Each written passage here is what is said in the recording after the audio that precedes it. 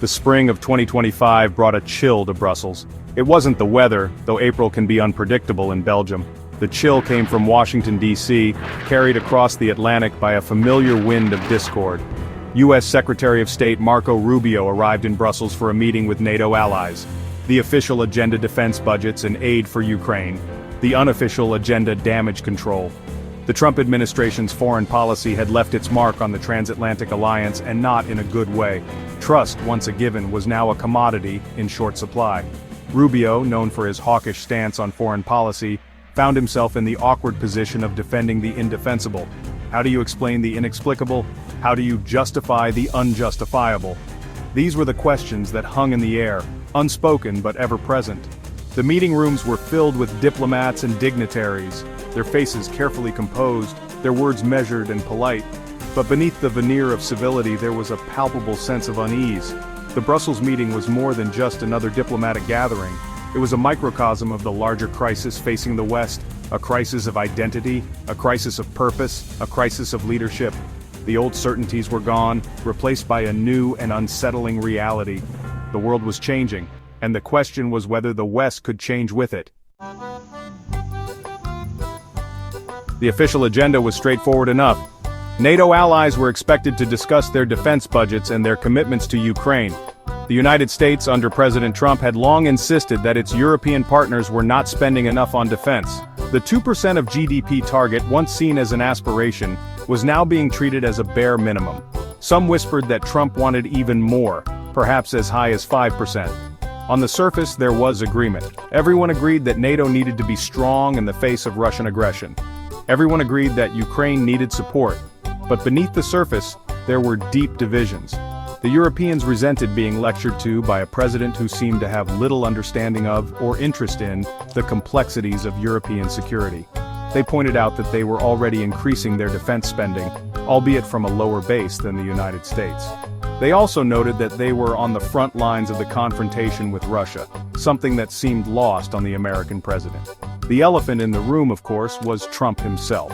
His erratic behavior, his disdain for alliances, his admiration for authoritarian leaders, all of this had shaken the confidence of America's allies. They no longer knew what to expect from Washington. The transatlantic relationship, once the bedrock of the post-war order, was now on shaky ground. Adding fuel to the fire was the issue of Greenland.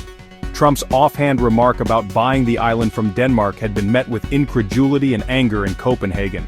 The Danish Prime Minister, Mette Frederiksen, had dismissed the idea as absurd, while the former Prime Minister, Lars Løkke Rasmussen, had called it an April Fool's Day joke. The Greenlandic government had also weighed in, stating unequivocally that Greenland was not for sale. The Greenland affair, though seemingly bizarre, highlighted a deeper truth about the Trump administration's approach to foreign policy, namely, that everything was transactional. Alliances, partnerships, even long-standing friendships, were all seen through the lens of deal-making. If America couldn't get what it wanted from its allies, then it would simply go it alone. The Arctic, once a region of scientific cooperation, was rapidly becoming a new arena for great power competition. Russia was expanding its military presence in the region, while China was seeking to establish a foothold. The United States, under Trump, seemed content to sit on the sidelines, more interested in scoring points against its allies than in countering its rivals. Section 4. The War in Ukraine, a House Divided. Nowhere were the divisions within NATO more apparent than on the issue of Ukraine. The war in eastern Ukraine, which had begun in 2014, was still raging, fueled by Russian arms and troops. The United States and its European allies had imposed sanctions on Russia, but the conflict had settled into a bloody stalemate. Trump's approach to Ukraine was both confusing and contradictory. On the one hand, he had provided lethal aid to the Ukrainian government, much to the chagrin of Moscow. On the other hand, he had repeatedly questioned the value of NATO and expressed admiration for Russian President Vladimir Putin. He had also alienated Ukrainian President Volodymyr Zelensky, a comedian-turned-politician who had come to power on a promise to clean up corruption and end the war. Europe was caught in the middle. The European Union had been at the forefront of efforts to support Ukraine, both politically and economically. But the EU was also acutely aware of its dependence on Russia for energy and its vulnerability to Russian pressure.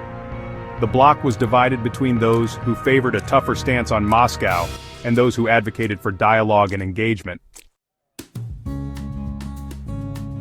Section 5. The price of partnership. The issue of defense spending was a perennial bone of contention between the United States and its European allies. Trump's demand that NATO members increase their defense spending to 2% of GDP had been met with a mixture of resentment and resignation. The Europeans argued that they were already contributing to NATO in other ways, such as through peacekeeping operations and humanitarian assistance. But the underlying issue was not really about money. It was about burden sharing and the future of the transatlantic alliance. Trump's America First approach to foreign policy had led to a decline in American engagement abroad. The United States was no longer seen as the guarantor of European security that it had been for decades. This had led to a debate within Europe about the need for greater strategic autonomy. The question was whether the United States was still willing to bear the costs of global leadership. Trump's actions suggested that the answer was no. He had withdrawn the United States from the Iran nuclear deal, the Paris Climate Agreement, and the World Health Organization. He had also imposed tariffs on goods from China, Europe, and other trading partners. These actions had alienated America's allies and emboldened its rivals. Section 6. The future of the alliance. The Brussels meeting ended as it began, with more questions than answers. The underlying tensions remained unresolved. The future of NATO was uncertain. The transatlantic alliance, once the bedrock of the post-war order, was now on shaky ground. The challenges facing NATO were real. Russia was more assertive than ever before. China was rising. The global order was in flux. But the alliance still had strengths. It had a shared history. It had a common purpose. It had a network of institutions and relationships that had been built up over decades. The question was whether NATO could adapt to the new realities of the 21st century. Could it overcome its internal divisions? Could it find a way to share burdens and responsibilities more equitably? Could it forge a new consensus on how to deal with the challenges posed by Russia, China, and other actors? The future of the West and indeed the world may depend on the answers to these questions.